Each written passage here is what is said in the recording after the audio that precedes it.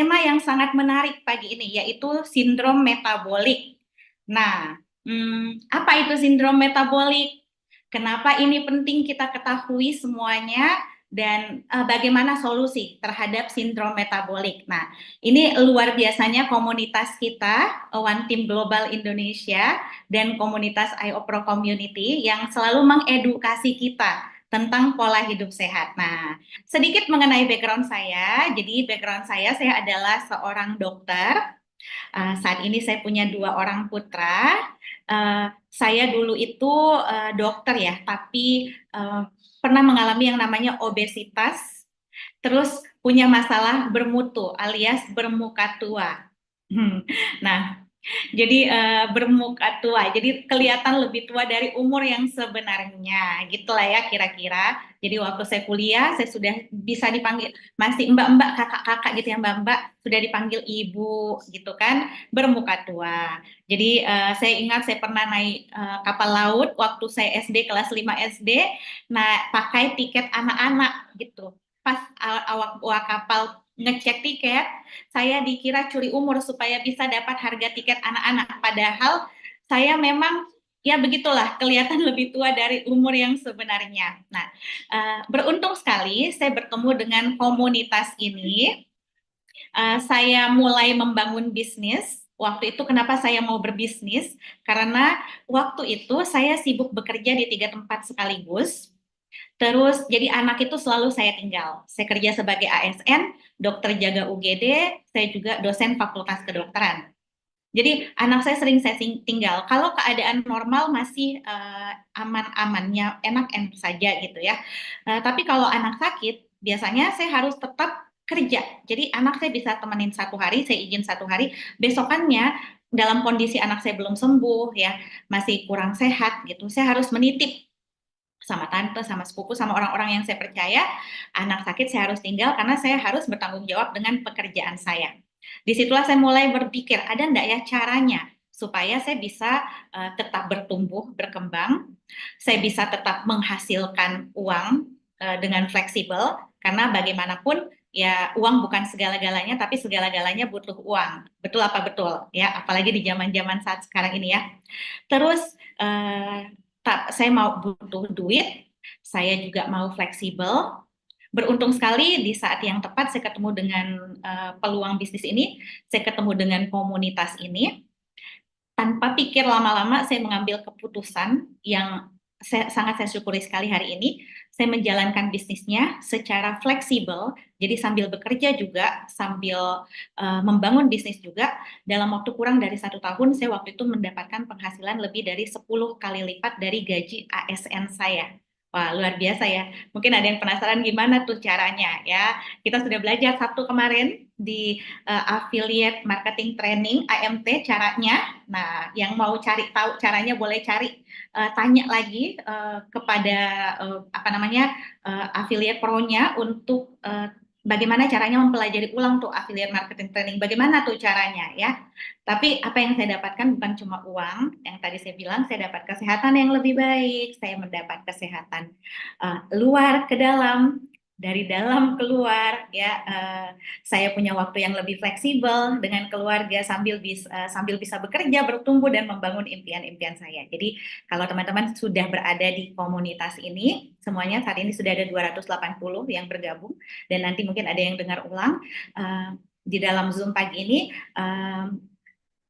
Mari kita bertumbuh sama-sama, teman-teman sudah mengambil keputusan yang tepat untuk berada di komunitas ini. Nah, sekian tentang saya, karena hari ini saya akan membawakan tentang sindroma metabolik. Apa yang menarik dari sindroma metabolik ini? Karena sindroma metabolik ini, teman-teman, sesuatu yang mengancam siapapun saat ini, ya. Jadi mungkin kalau hari ini kita merasa sehat-sehat saja, kita merasa baik-baik saja, kita tidak tahu ya besok apa yang akan terjadi. Ya, saya pernah baru-baru ini ngomong ya, kita tidak pernah bisa menebak ya apa yang akan terjadi besok gitu. Kemarin saya di Kota Makassar ini habis digemparkan dengan ada seorang bapak yang tiba-tiba meninggal mendadak waktu sedang event lari, ya. Jadi Bapak ini sehat, semua orang yang bertemu sama dia itu bilang orang-orang yang sharing ya cerita gitu ya, yang kenal dan habis ketemu sama dia tuh bilangnya sehat. Bahkan ada yang temennya langsung nih di komunitas kita, saya kenal ada namanya Pak Reza, itu salah satu leader di komunitas kita, temennya beliau ya. Kita tidak pernah tahu. Nah, sindrom ternyata ada yang namanya sindroma metabolik yang bisa mengancam siapa saja. Nah, apa itu sindroma metabolik? Saya mulai ya, nih, saya mulai pagi ini dengan cerita tentang Ibu Yuni yang pengen kurus. Nah, siapa di sini yang pengen kurus? Ya, bukan kurus sebenarnya, mau langsing, mau sehat, badannya bagus, singset gitu ya. Ini ada contoh kasus ya. Ini ada yang namanya Ibu Yuni. Yuni ini dia punya sakit perut sudah lama. Bolak-balik berobat, akhirnya ketahuan kalau Ibu Yuni ini punya yang namanya batu ginjal. Nah, sama dokter dikasih tahu si Ibu Yuni ini. Jadi Ibu ini nyeri perut lama, bolak-balik dokter, akhirnya ketahuan ada batu di saluran kencingnya. Terus sama dokter dilihat sudah ada pembengkakan ginjalnya. Nah, Ibu Juni ini karena takut kalau jadinya mulai fungsi ginjalnya mulai meningkat, kreatininnya mulai naik. Takut gagal ginjal, mulai khawatir, mulai cemas, jangan-jangan nanti saya harus cuci darah gitu. Tiba-tiba Ibu Juni ini dapat info dari temannya tahu kalau dia lagi ada batu ginjal, mulai terganggu fungsi ginjalnya. Temannya info, coba aja berobat ke luar negeri. Nah, di situ saya kemarin juga habis operasi di sana, sekarang sudah bagus kondisinya. Singkat cerita, Ibu Juni itu akhirnya pergi berangkat ke luar negeri untuk periksa ginjalnya, dioperasi, mengeluarkan budget itu sekitar 28.000 ringgit, itu hampir 100 juta rupiah. Setelah operasi ginjal, dan dia merasa puas dengan pelayanannya ya di sana, meskipun keluar budgetnya mahal sekali, Ibu Juni minta sama dokternya, dok, obat apa nih yang saya minum setelah operasi? Nah, kata dokternya, Ibu sudah tidak perlu minum antibiotik apa-apa lagi. Ibu ini kayaknya sudah kebanyakan minum antibiotik sehingga banyak resisten sama antibiotik, Bu. Jadi saya tidak kasih lagi antibiotik. Jadi badannya itu, bakteri di badannya itu sudah ganas sehingga sudah tidak boleh terlalu banyak macam-macam antibiotik. Siapa di sini yang mengenal orang yang sering sakit dan sering minum antibiotik? Nah, ini terjadi pada Ibu Juni. Dan akhirnya si dokter ini berdasarkan hasil lab semuanya, ternyata didapatkan kolesterol baiknya rendah, HDL-nya 39, kolesterol totalnya masih normal di 170 ya, LDL-nya juga masih normal, gula darah puasanya agak naik 136, sudah mulai naik, berat badannya 85 kg, asam uratnya masih normal di bawah 6 buat perempuan ya, 5,1. Dokter itu cuma menyarankan, Bu, Ibu ini sudah ada sakit ginjal, sudah mulai ada tanda-tanda penyempitan jantung, Ibu ini sudah mulai tinggi gula darahnya, jadi saya menyarankan Ibu buat turunkan berat badan, karena kalau tidak, Bu, ini ke depannya Ibu bisa bahaya. Sakit gagal ginjalnya bisa bermasalah, uh, apa namanya, jantungnya mulai ada penyempitan, ini bahaya. Ibu, saya sarankan juga konsul ke dokter penyakit dalam untuk mulai berobat sakit gula. Nah, mulai khawatir Ibu Juni ini. Waduh, sakit gula. Kalau saya minum obat gula, banyak tuh orang ujung-ujungnya gagal ginjal, cuci darah, mulai khawatir. Tapi dokter cuma menyarankan ibu harus segera menurunkan berat badan. Nah, yang dialami Ibu Juni ini, teman-teman semua, mengalami yang namanya sindroma metabolik. Apa itu sindroma metabolik? Ada nggak di sini yang mulai ngecek ternyata kolesterol saya udah naik, perut saya mulai membuncit, ya? Atau teman-temannya ada yang mulai mengeluh, ya, sudah makan kok malah ngantuk. Harusnya makan kan habis makan berenergi. Ini kok sudah makan malah ngantuk. Makannya juga banyak, kayaknya susah kenyang. Seperti itu, berat badan gampang naik. Nah, ini yang namanya hati-hati, ya, jangan-jangan mengalami yang namanya sindroma metabolik. Nah, agenda saya hari ini saya akan membahas tentang apa itu sindroma metabolik, apa penyebabnya sebenarnya sindroma metabolik, bagaimana penata laksanaannya dan kesimpulannya, ya. Terus Ibu Juni ini kebingungan, waduh saya gimana ini mau turun berat badan, mau diet, takut mah. Eh, mau sudah pernah coba diet, turun bentar habis itu naiknya menggembung, yoyo menggelembung, gitu ya. Jadi bingung ya. Terus sama dokter katanya Bu enggak bisa kalau Ibu tidak turun berat badan itu pasti gula darahnya naik terus. Ujung-ujungnya akan minum obat seumur hidup. Ada yang punya kasus serupa atau mengenal orang yang punya masalah serupa? Nah, ini dia, sindroma metabolik. Apa itu sindroma metabolik? Kebanyakan orang pikirnya kolesterol itu sakit. Saya sakit kolesterol, ya. Orang bilangnya saya sakit apa gitu ya. Padahal sebenarnya sindroma metabolik itu bukan penyakit, teman-teman. Ya, sindroma metabolik itu bukan penyakit, melainkan kumpulan gejala. Namanya sindroma gejala, ya. Kumpulan gejala yang lebih menggambarkan kumpulan faktor resiko metabolik yang berhubungan langsung dengan penyakit tidak menular. Jadi, sindroma metabolik ini kumpulan gejala yang mana kalau kita mengalami ini, maka bisa ditebak seseorang akan mengalami resiko tinggi untuk mengalami yang namanya penyakit jantung koroner yang terbanyak, paling populer. Ujung-ujungnya sindroma metabolik kalau dipelihara di badan kita, itu ujung-ujungnya utamanya itu faktor resiko untuk penyakit jantung koroner atau penyempitan pembuluh darah jantung atau serangan jantung. Dan sindroma metabolik ini adalah kumpulan gejala atau kumpulan faktor resiko metabolik selain beresiko penyakit jantung itu berhubungan langsung dengan penyakit-penyakit tidak menular lainnya. Seperti apa? Kista ovarium, sakit liver, perlemakan hati, sakit kanker, sakit ginjal, pokoknya penyakit-penyakit tidak menular, ya. Serem banget ya. Jadi kalau kita punya sindrom metabolik ini atau seseorang punya sindrom metabolik ini, nah ini harus hati-hati, resiko tinggi, ya.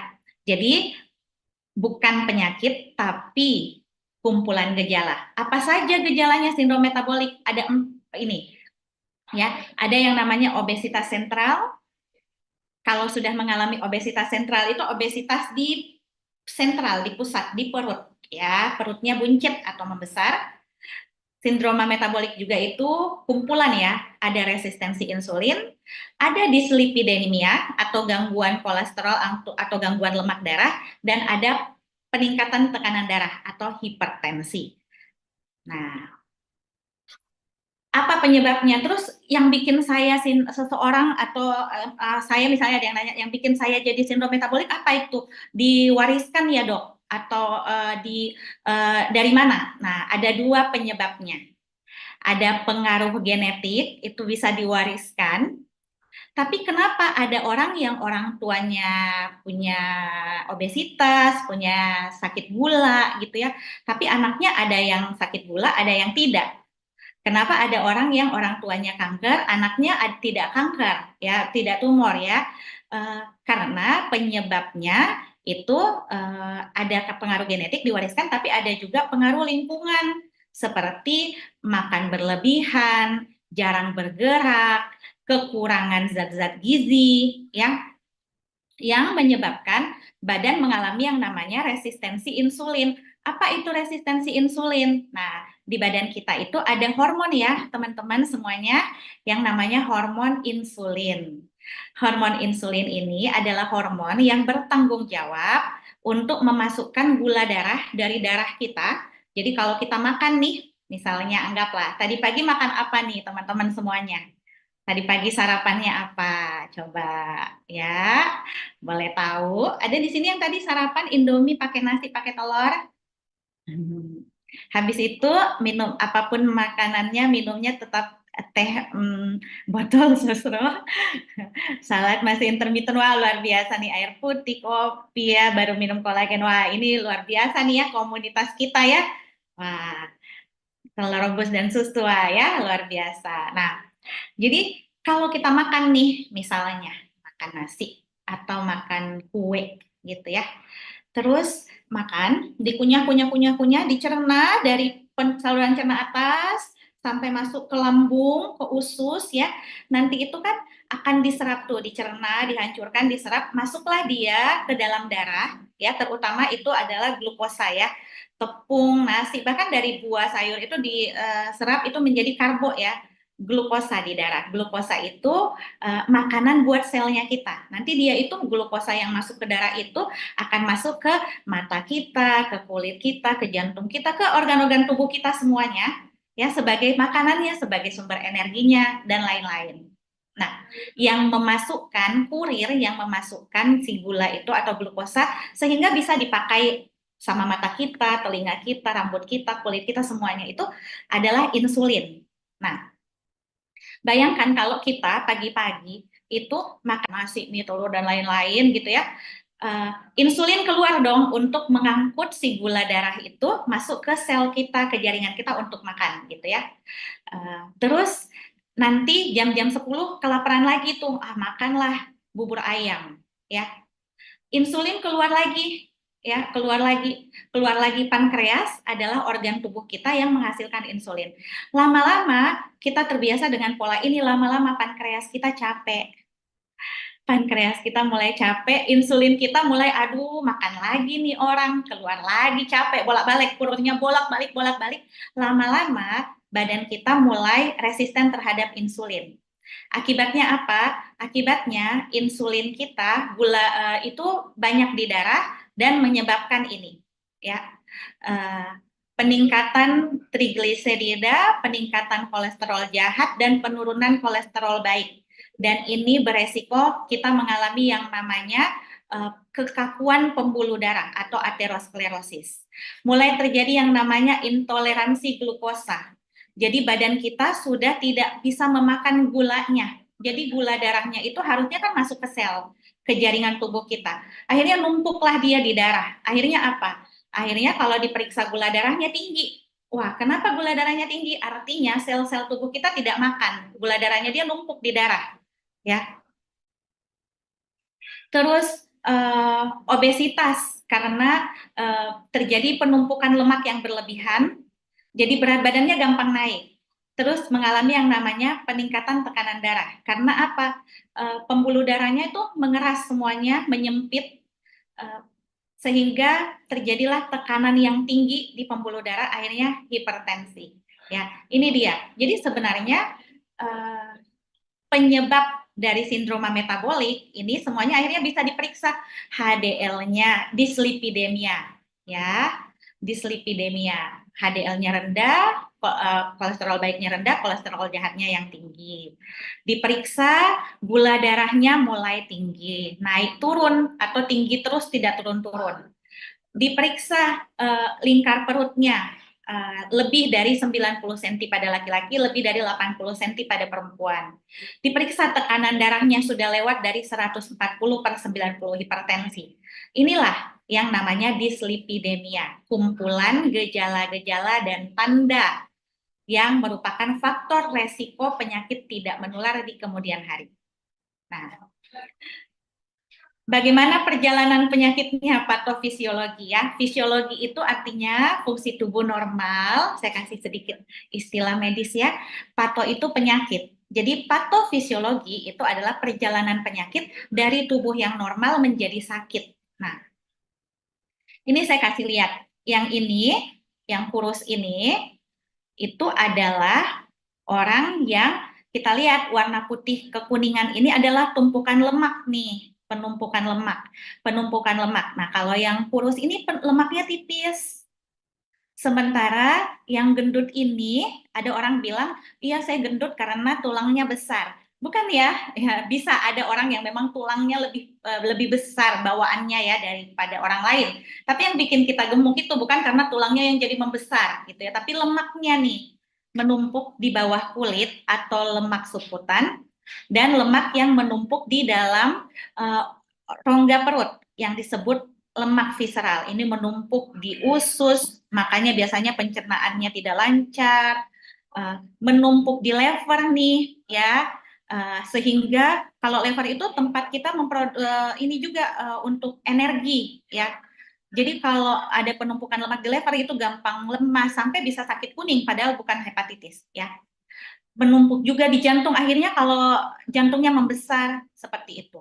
Nah, lemak-lemak yang berlebih ini menyebabkan berbagai jalur. Yang pertama ya, di sini lemak yang menumpuk. Jadi kalau kita langsing ya menjadi gemuk, lemaknya menumpuk, ini menyebabkan yang pertama eh, hormon leptinnya atau hormon laparnya meningkat. Jadi gemuk itu kenapa susah diet? Karena memang ada gangguan pada leptin. Jadi orang yang ada gangguan pada leptin ini karena lemaknya berlebih, leptinnya jadi banyak.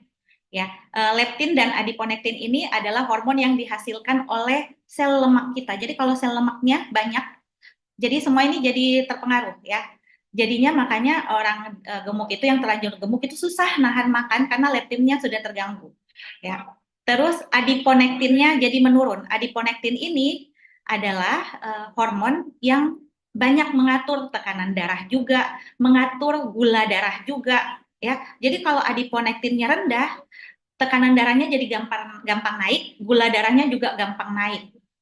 Ya, seperti itu. Jadi banyak lemak itu bukan cuma kelihatan gendut, tapi di dalam tubuh kita sistem hormonalnya jadi kacau balau. Jadi kalau mau menurunkan gula darah, mau menurunkan tekanan darah, mau menurunkan kolesterol, itu lemak tubuhnya yang harus dikasih turun dulu, ya. Seperti itu. Dan berbagai macam lemak juga mendorong berbagai macam apa namanya faktor-faktor peradangan seperti TNF, interleukin 6, C-reaktif protein, fibrinolin ini semua keluar semua menyebabkan badan kita gampang mengalami peradangan. Ya, contoh misalnya ini kalau saya bisa bilang ini kayak penjajah. Jadi lemak itu kayak penjajah. Usus kita misalnya ususnya bagus, sehat, banyak lemaknya di situ, jadi menjajah di situ, terjadi peradangan, akhirnya penyerapannya tidak bagus, gampang diare, dan lain-lain, gampang sakit mah, dan lain-lain. Di jantung juga, jantung jadi terganggu, pembuluh darah, jadi lemak itu seperti penjajah, karena dia merangsang banyak sekali faktor-faktor pemicu peradangan. Ya, mertua saya kurus tapi tensi tinggi dan kolesterol tinggi. Ya, saya seperti itu. Nah, jadi apa saja tuh yang kapan kita disebut sindrom metabolik? Pertama, terjadi yang namanya obesitas sentral. Jadi artinya ada penumpukan lemak di rongga perut tadi, di usus, di lever dan lain-lain. Caranya adalah dicek. Kalau lingkar perutnya untuk kita orang Asia, laki-laki lebih dari 90 cm, dan perempuan lebih dari 80 cm itu sudah masuk dalam obesitas sentral. Kalau terjadi obesitas sentral, itu artinya sudah ada 1 poin untuk sindrom metabolik. Ya, hati-hati. Ya, bisa beresiko diabetes dan lain-lain, kanker dan lain-lain. Yang kedua adalah bagaimana caranya tahu saya diabetes atau tidak. Ya, gula darah. Poin yang kedua dari sindrom metabolik. Ya, nah, teman-teman saya ada juga yang cewek kurus tapi perutnya aja buncit. Nah, ini dia artinya obesitas sentral. Jadi kurus dan gendut itu bukan cuma dinilai dari berat badan ya atau lengannya kecil dan lain-lain kecil, tapi ada juga obesitas atau kegemukan yang sentral. Dinilainya dari lingkar perut. Kalau lebih dari 80 cm pada perempuan ini saya banyak sekali dapat.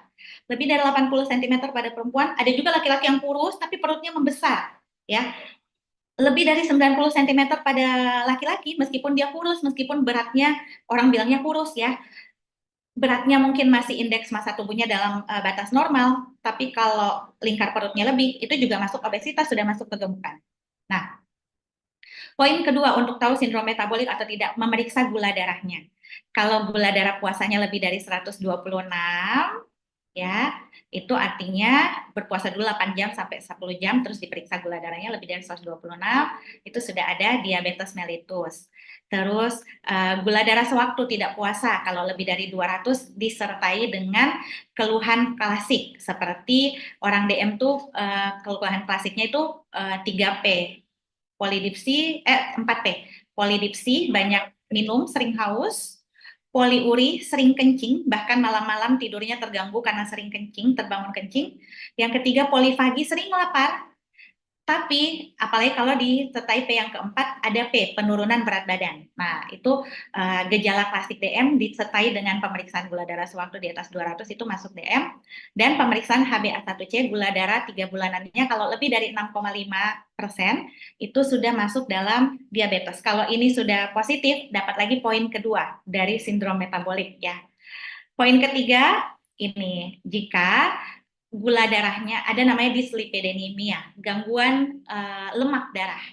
Jika kolesterol baiknya rendah, itu kolesterol baik rendah itu kolesterol baik itu bagus karena dia membersihkan kolesterol jahat yang menyumbat pembuluh darah, ya. Dia harus tinggi gitu. Makanya makanan-makanan dengan lemak baik itu bagus seperti alpukat. Nah, itu bagus asal tidak diganggu dengan tidak ditambah dengan susu kental manis gitu ya, gula dan lain-lain gitu. Jadi kolesterol baik itu harus tinggi ya. Kapannya rendah? Rendah itu kalau laki-laki di bawah 40, perempuan di bawah 50 ya, ditambah sirup mocha gitu ya. Terus kolesterol jahatnya tinggi. Ya, kalau kolesterol, kapan tuh kolesterol disebut tinggi? Kalau sudah di atas 200. Kalau sangat tinggi kolesterol total, itu yang biasanya ditusuk-tusuk di ujung-ujung jari, itu kalau di atas 240 ya, seperti itu. Nah, terus poin yang keempat, sindrom metabolik itu kalau sudah ada peningkatan tekanan darah di atas 140/90. Itu sudah ada hipertensi derajat 1.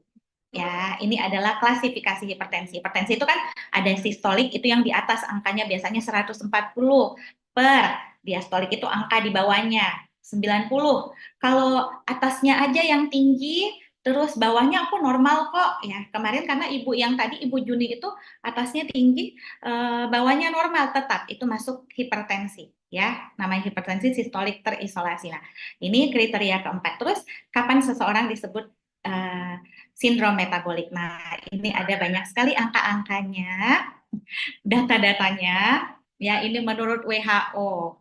Menurut WHO itu tahun 98 jika sudah ada gangguan gula darah, ya, ditambah 2, ya. Jadi ada 5 nih yang kriterianya. Satu, ada resistensi insulin, kedua dilihat dari berat badan, ketiga dari profil lipid, keempat dari tekanan darah, dan yang kelima adalah glukosa. Ya, kalau menurut WHO, klasifikasi WHO tahun 98 itu yang disebut sindrom metabolik ya, kalau sudah mengalami pertama sensitivitas insulin menurun. Ini dari pemeriksaan dokter ya. Terus berat badan ya, indeks massa tubuhnya lebih dari 30, sudah masuk obesitas. Itu berat badan dibanding tinggi badan. Terus profil lipidnya, kolesterolnya sudah terganggu, tekanan darahnya di atas 140/90, dan tadi glukosanya tidak normal. Tapi kalau saya mau yang mudah, teman-teman, saya suka yang kriteria ATP3 ya. Jadi jika terjadi 3 dari 5 ini, maka itu sudah masuk dalam sindrom metabolik. Ya, yang pertama adalah resistensi insulin tidak perlu ya. 3 dari 5. Jadi 1, 2, 3, 4, 5. Yang pertama, jika pada pria lingkar perutnya lebih dari 102 cm dan wanita lebih dari 88 cm ya. Ayo diambil meterannya, diukur lingkar perut melewati pusar. Nah, itu kalau melebihi ini, dan ini ada kategori baru, diupdate ya. Diupdate, kategori terbarunya adalah yang tadi saya sebut, lingkar perut pada pria lebih dari 90 dan pada wanita 80. Makanya di sini ada bintangnya ya. Terus diperiksa profil lipidnya. Trigliseridanya lebih dari 150 mg per desiliter ya. Terus kolesterol baiknya, HDL-nya pada perempuan rendah, kurang dari 50 mg, dan laki-laki kurang dari 40 mg per desiliter ya. Yang keempat, tekanan darahnya 130/85, lebih sama dengan, kalau sudah di atas 130/85 Sudah masuk poinnya. Dan yang kelima, diperiksa gula darahnya. Glukosanya lebih dari 110 mg per desiliter. Ibu Juni yang tadi, ya, itu sudah yang pertama, lingkar perutnya sudah lebih dari 80 cm, HDL-nya kurang dari 50, dan gula darahnya sudah lebih dari 110. Ibu Juni sudah mengalami 3 dari 5, maka dia sudah masuk dalam sindroma metabolik. Maka wajib diintervensi. Nah, teman-teman boleh cek di sini, adakah 3 dari 5? Kalau ada, maka itu sudah mengalami sindroma metabolik. Hati-hati ya, beresiko tinggi mengalami diabetes mellitus ke depannya, hipertensi, dan beresiko tinggi mengalami penyakit-penyakit tidak menular lainnya seperti kista, tumor, gangguan ginjal, gangguan lever ya. Hati-hati. Lalu bagaimana solusinya? Solusi akan ada, selalu ada dua, ada yang namanya farmakologi, itu dengan obat, dan yang kedua adalah non-farmakologi.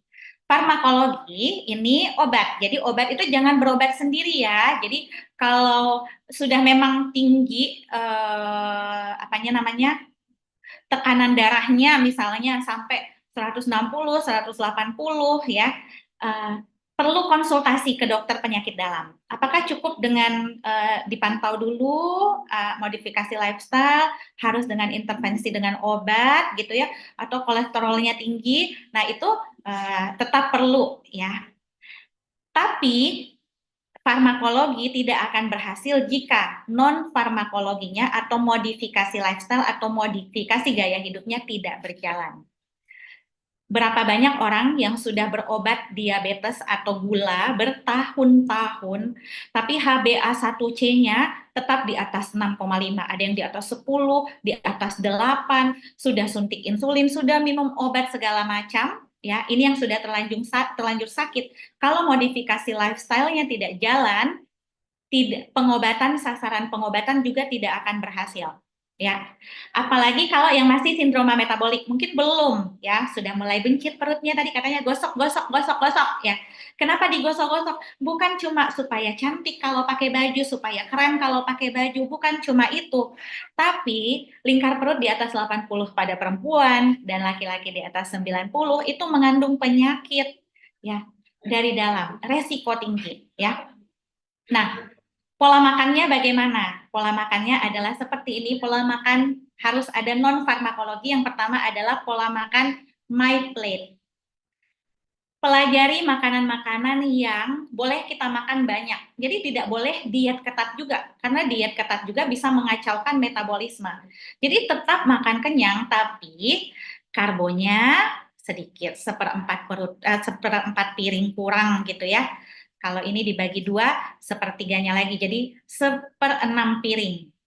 Proteinnya setengah piring, perpaduan antara protein nabati dan hewani. Nah, ini teman-teman yang mau tahu, silakan hubungi coachnya untuk diajarkan lebih detail pola makannya untuk yang non-farmakologi, modifikasi lifestyle. Perbanyak makanan-makanan yang bersifat fat burning food, yaitu yang tinggi serat, tinggi protein, ya, lemak baik juga bagus, dan hindari fat storing food. Nih gambarnya ada gula-gula simple kayak mie, donat, dan lain-lain gitu ya, susu boba gitu ya.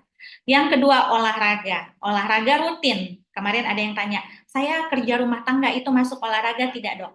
Yang termasuk dalam olahraga itu jika heart rate atau denyut nadi kita itu melebihi 130 kali per menit.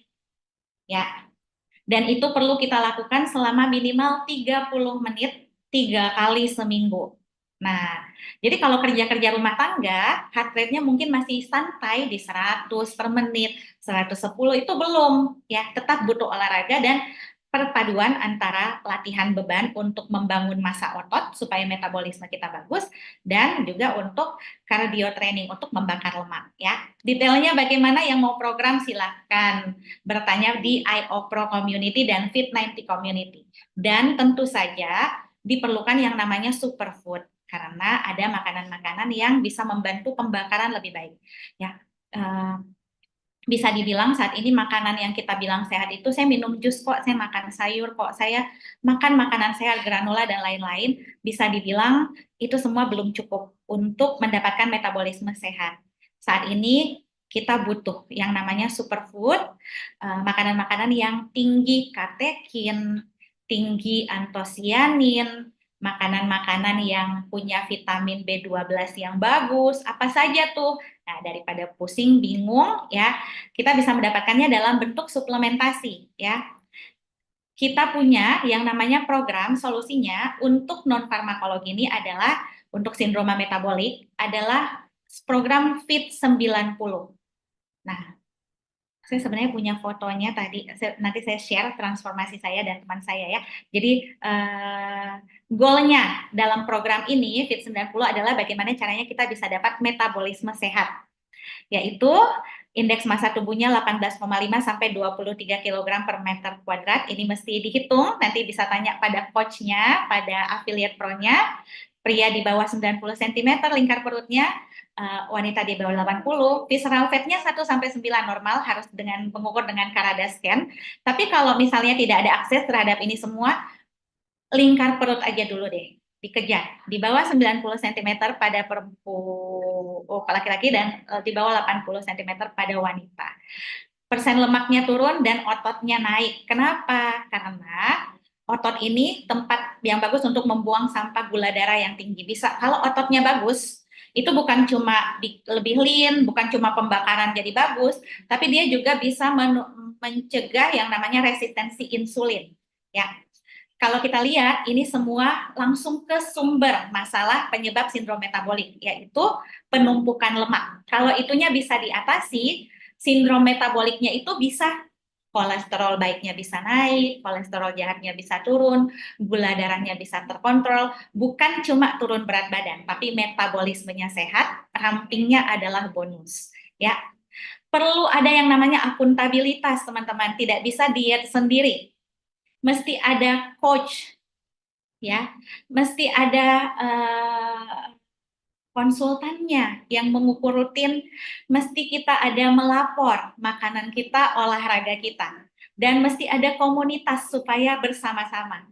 Banyak orang yang sudah ikut program tapi ternyata tidak melakukan pelaporan dan melakukan sendiri, tidak dalam komunitas, itu juga goal metabolisme sehatnya tidak akan tercapai. Dan di Fit 90 program, di mana dalam 90 hari ada pendampingan disertai dengan pengaturan pola makan, olahraga, dan superfood dalam bentuk suplementasi, saat ini sudah ada 200.000 orang sudah bertransformasi. Dan dalam rangka merayakan 200.000 transformations ini, ada yang sangat menarik program ini di bulan ini. Dan saat ini kita juga lagi gencar-gencarnya dengan program susut 5 cm. Ya, susut 5 cm dalam waktu ada 1 minggu, ada yang 12 cm dalam waktu, tadi pagi tuh saya lihat kemarin 12 cm dalam waktu 5 hari lingkar perutnya, ya. Bisa dibayangkan bukan cuma susut, tapi target kesehatannya. Nah, boleh sharing di kolom chat. Siapa yang sudah susut dengan IOPRO dan Fit 90? Saya 5 cm, Mbak Titin, dalam 2 hari. Ya, wah, keren banget programnya ya. 7,4 cm dalam 5 hari. 10 cm. Wah, ini mulai mupeng, mulai kepo. Saya kepo sekali. Makanya teman-teman, hari ini para affiliate pro yang affiliate pro 3000 GSP akan mendapatkan training khusus. Bagaimana caranya, tips gosok IOPRO, bagaimana program bisa susut 5 cm nih, kayak ini 11 cm, 7 cm, akan diajarkan mindsetnya, akan diajarkan caranya. Jadi affiliate pro 3000 GSP akan mendapatkan training khususnya hari ini secara hybrid. Yang di kota Jakarta dan sekitarnya akan berkumpul di City Plaza, di luar kota akan berkumpul secara virtual. Jadi buat teman-teman yang kepo, yang penasaran, boleh tanya kepada affiliate pro bagaimana tipsnya, ya, solusi lingkar perutnya susut supaya bisa dapat supaya bisa dapat kesehatan metabolismenya. Nah, ini saya Dulu saya dengan 86 kilogram, lingkar perut saya besar sekali. Dalam 3 bulan saya mendapatkan kesehatan metabolik, saya sudah pernah gula darahnya naik, sudah hampir minum obat gula darah, tapi tidak jadi setelah ikut program lingkar perut susut, kesehatan jauh lebih membaik, dan saya membantu beberapa orang lagi. Ini salah satunya yang paling menarik, namanya Dokter Ainun. Dia dari 105 kilogram per hari ini sudah 73 kilogram. Lingkar perutnya sudah susut banyak sekali, lebih dari 20 cm. Nah, teman-teman, saya sudah berada di penghujung conference call saya hari ini. Jadi seringkali teman-teman kita itu enggan. Jadi waktu saya ketemu dengan Ibu Juni itu, saya ngobrol sama suami saya. Ya, orang itu biasanya enggan berinvestasi kepada badannya karena merasa mungkin mahal ya, sayang keluarin duit ya, hidup mengalir saja seperti air mengalir gitu ya. Yang penting ya saya atur-atur saja sendiri, enggan. Tapi begitu sudah mengalami penyakit itu keluar uang ratusan juta sudah tidak perhitungan ya, karena sudah terlanjur sakit. Nah, teman-teman, apakah kita termasuk orang yang lebih memilih untuk mencegah atau kita menyesali dan keluar duit banyak untuk mengobati di kemudian hari? Saya yakin yang hadir dan mendengarkan conference call ini adalah orang-orang yang sudah menyadari betapa pentingnya mencegah daripada mengobati. Oke, sekian sharing saya hari ini. Semoga untuk pertanyaan-pertanyaan yang tidak terjawab, mohon maaf kita dibatasi waktu. Kita ada sesinya juga ya khusus. Nanti silakan hubungi affiliate pro-nya untuk mendapatkan solusinya. Sekian, Anda semua luar biasa. Sampai jumpa di conference call berikutnya. Assalamualaikum warahmatullahi wabarakatuh.